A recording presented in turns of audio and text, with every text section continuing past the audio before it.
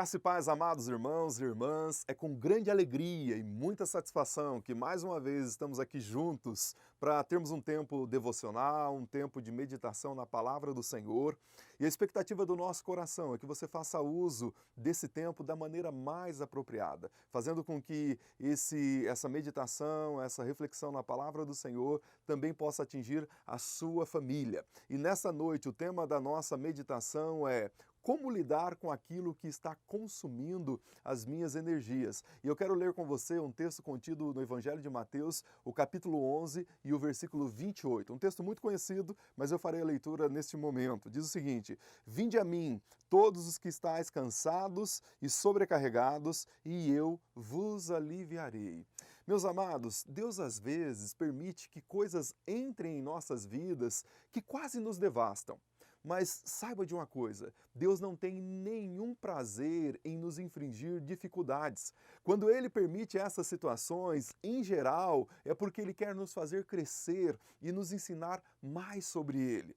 Todos sabemos que problemas e provações são partes integrantes e inerentes à vida humana. Afinal, Jó nos disse isso lá no capítulo 14, versículo 1 do seu livro. Ele diz o seguinte: o ser humano, nascido de mulher, vive breve tempo, cheio de inquietação. Jesus também disse isso em João capítulo 16, versículo 33.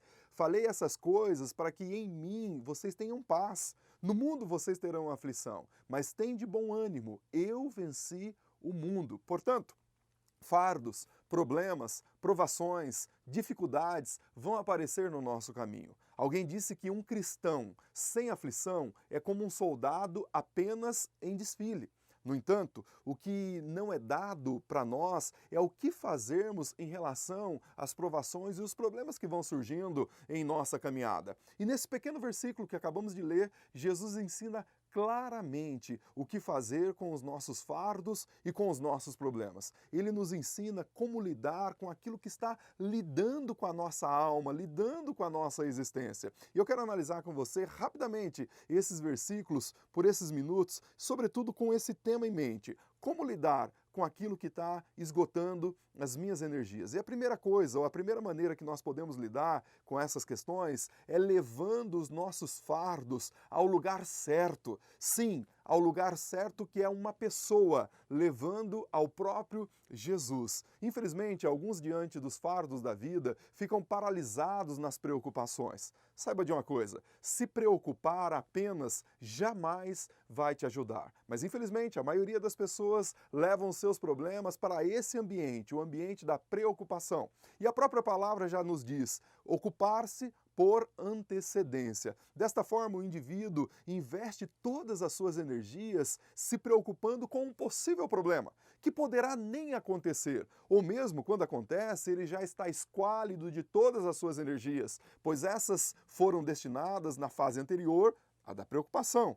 E isso nunca ajuda. Esse lugar é o lugar errado para levar os seus problemas e os seus fardos. Também Jesus nos disse lá em João capítulo 14, versículo 1, o seguinte: não se turbe o vosso coração. Credes em Deus, credes também em mim. Não fiquem com o coração aflito. Creia em Deus diante da sua preocupação. O apóstolo Paulo disse em Filipenses capítulo 4, versículo 6 o seguinte: não andeis ansiosos por coisa alguma. Em tudo, porém, sejam conhecidas diante de Deus as vossas petições, pela oração e pela súplica e com ações de graças. Muitas pessoas, irmãos, são como Marta. Sim, lembra daquele episódio, Marta e Maria, lá no capítulo 10 do Evangelho de Lucas, o versículo 38 em diante. Jesus entra na casa dessas duas irmãs e ele conhecia muito bem Marta. E ali, naquele ambiente, o que ocorre é que Marta, ela começa a se preocupar com um sem número de situações. E ela se preocupando com tudo isso, ela diz para Jesus: Senhor, o Senhor não se importa que a minha irmã fique aí apenas nos seus pés, ouvindo as suas palavras? Diga a ela para que venha me ajudar nos afazeres e nos serviços, para que eu possa te servi-lo melhor. E Jesus disse para Marta: Marta, Marta, por que você está inquieta? Muitas coisas são importantes, mas a sua irmã procurou o melhor, e o melhor dela não será tirado. Irmãos, muitas vezes as nossas preocupações nos deslocam do foco principal. Portanto, leve a sua preocupação no lugar certo, não no espaço da preocupação por si.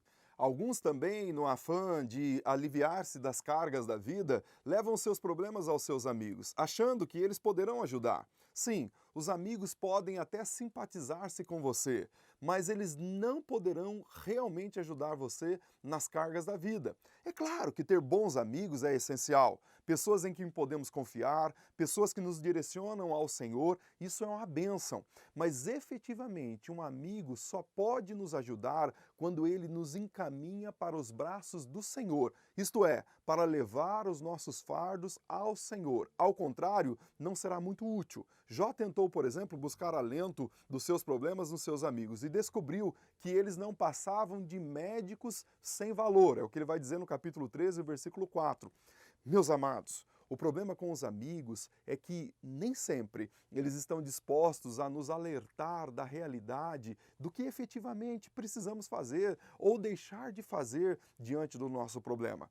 Saiba você que um amigo verdadeiro é alguém que lhe diz a verdade, mesmo quando isso entristece o seu coração. Provérbios capítulo 27, versículo 6 diz: leais são as feridas feitas pelo que ama, porém os beijos de quem odeia são enganosos. Sim, os amigos também não poderão te ajudar no momento de crise. Mas também tem pessoas que acham que pode resolver o seu problema fugindo daquela geografia. Saiba de uma coisa, você nunca será capaz de fugir dos problemas e das provações da sua vida. Isso é um fato. Não somos capazes de fugir dos nossos problemas. Israel descobriu isso da pior maneira, da maneira mais difícil. Lá em Números capítulo 13, capítulo 14, mostra essa história.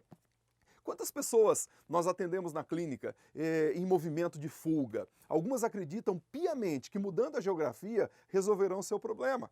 Ledo engano, pois o problema não está na geografia e sim no caminhante. Por isso, não adianta fugir para a resolução do problema. Muitas pessoas também tentam viver em negação, lutando contra aquilo que está causando dor, ou causando sofrimento, ou causando inquietação. Saiba de uma coisa, lutar contra o que o Senhor está permitindo será sempre uma luta inglória e até perigosa. E se você não for cuidadoso, poderá encontrar-se lutando contra o próprio Deus. Tome muito cuidado em relação a isso. Também, nós podemos olhar para todos os universos de onde podemos depositar as nossas dúvidas, as nossas angústias e não encontraremos espaço onde haverá a verdadeira resolução, senão no Pai Celestial. Observe o convite de Jesus. Vinde a mim. Sim, o Senhor abre a porta da sua sala do trono e convida todos os que precisam a pedir ajuda a Ele. É o que vai dizer Hebreus capítulo 4, versículo 16, que diz o seguinte: acheguemo-nos, portanto, confiantemente junto ao trono da graça, a fim de recebermos misericórdia e acharmos graças para o socorro em ocasião oportuna. Sim, meu irmão, sim, minha irmã, o seu amor e a sua preocupação é destinada em direção às suas ovelhas. Versículo 32 do capítulo 12 do Evangelho de Lucas diz: não temais, ó pequenino rebanho, porque o vosso Pai se agradou de dar-vos o seu reino. Sim, Ele é o nosso Pai e está interessado em ajudar-nos nas passagens mais difíceis da nossa vida. Aliás, Ele é o pastor que nós precisamos, como diz no Salmo 23. Mas a despeito dos vários nomes que os judeus usavam para se dirigirem a Deus, Jesus nos ensinou um novo e íntimo nome: Pai Nosso que estais nos céus, capítulo 11 do Evangelho de Lucas. Sim, nós podemos nos achegar a Deus, clamando pelo Pai que nos ouve em amor. Aliás, Ele está ouvindo você nessa noite, nessa ocasião. Abra o seu coração para o Pai que está no céu. Mas aí, à medida que nós confiamos que é nas mãos dEle que nós podemos depositar os nossos problemas, aí é a hora de transferir todas as nossas cargas para Ele. 1 Pedro capítulo 5, versículo 7 vai dizer que o nosso Pai se preocupa com todas as situações. Por isso, lance sobre Ele toda a sua ansiedade, porque Ele tem cuidado de você. O nosso Pai pode fazer algo sobre a sua situação. Ele não apenas sabe o que enfrentamos, mas também pode mudar o que enfrentamos e como enfrentamos. O seu poder está além da nossa imaginação. Jó compreendeu essa realidade e, num arrombo de confiança, vociferou lá no capítulo 42, versículo 2: Bem sei que tu podes e nenhum dos teus planos podem ser frustrados. Também o apóstolo Paulo, após mergulhar no cuidado, na proteção e no amor do Senhor, não podia dizer outra coisa senão: ora, aquele que é poderoso para fazer infinitamente mais do que tudo que pedimos, pensamos e imaginamos, conforme o poder que opera em nós. A Ele seja a glória na Igreja, em Cristo Jesus, para todas as gerações e para todo sempre. Amém. Meus irmãos, esse é o Deus a quem nós servimos, em quem nós depositamos a nossa confiança. Se Ele pode colocar as estrelas nos céus com a extensão do seu dedo, então Ele pode resolver os seus e os meus problemas. Nada é difícil demais para Ele. Finalmente, meu querido e minha querida, entregue os seus fardos a Ele, pois Ele saberá como lidar com a sua situação, objetivando sempre o melhor para você. E de algumas maneiras ele fará isso. Às vezes, ele vai remover o seu fardo de maneira instantânea. Há momentos em que o Senhor muda a situação num instante na sua vida. Assim como a viúva de Serepta, lá no livro de 1 Reis, no capítulo 18, a situação daquela mulher foi momentaneamente, no mesmo momento, resolvida.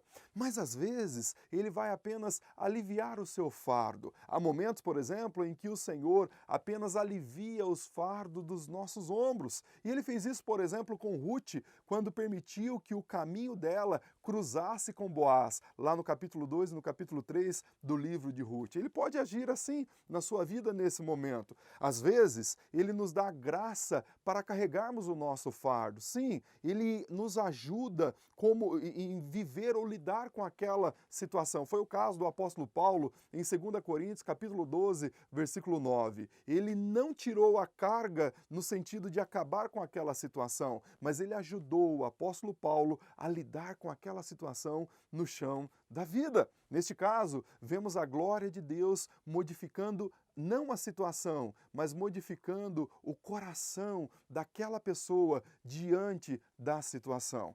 O mais importante, meu irmão, o mais importante, minha irmã, é descansar no Senhor, crendo que Ele sabe o que é melhor para nós. Romanos capítulo 8, versículo 28 diz que todas as coisas cooperam para o bem daqueles que amam a Deus. E você pode, sim, descansar nas promessas de que Ele atenderá a sua necessidade. Foi isso que o apóstolo Paulo registrou em Filipenses capítulo 4, versículo 19. E Ele ainda continua sendo o Jeová Jireh, o Deus da nossa provisão. Ele está conosco. Concluindo e finalizando esse nosso devocional, o que está acontecendo com você hoje à noite? Você já se fez essa pergunta? Tem algo que está roubando a sua energia?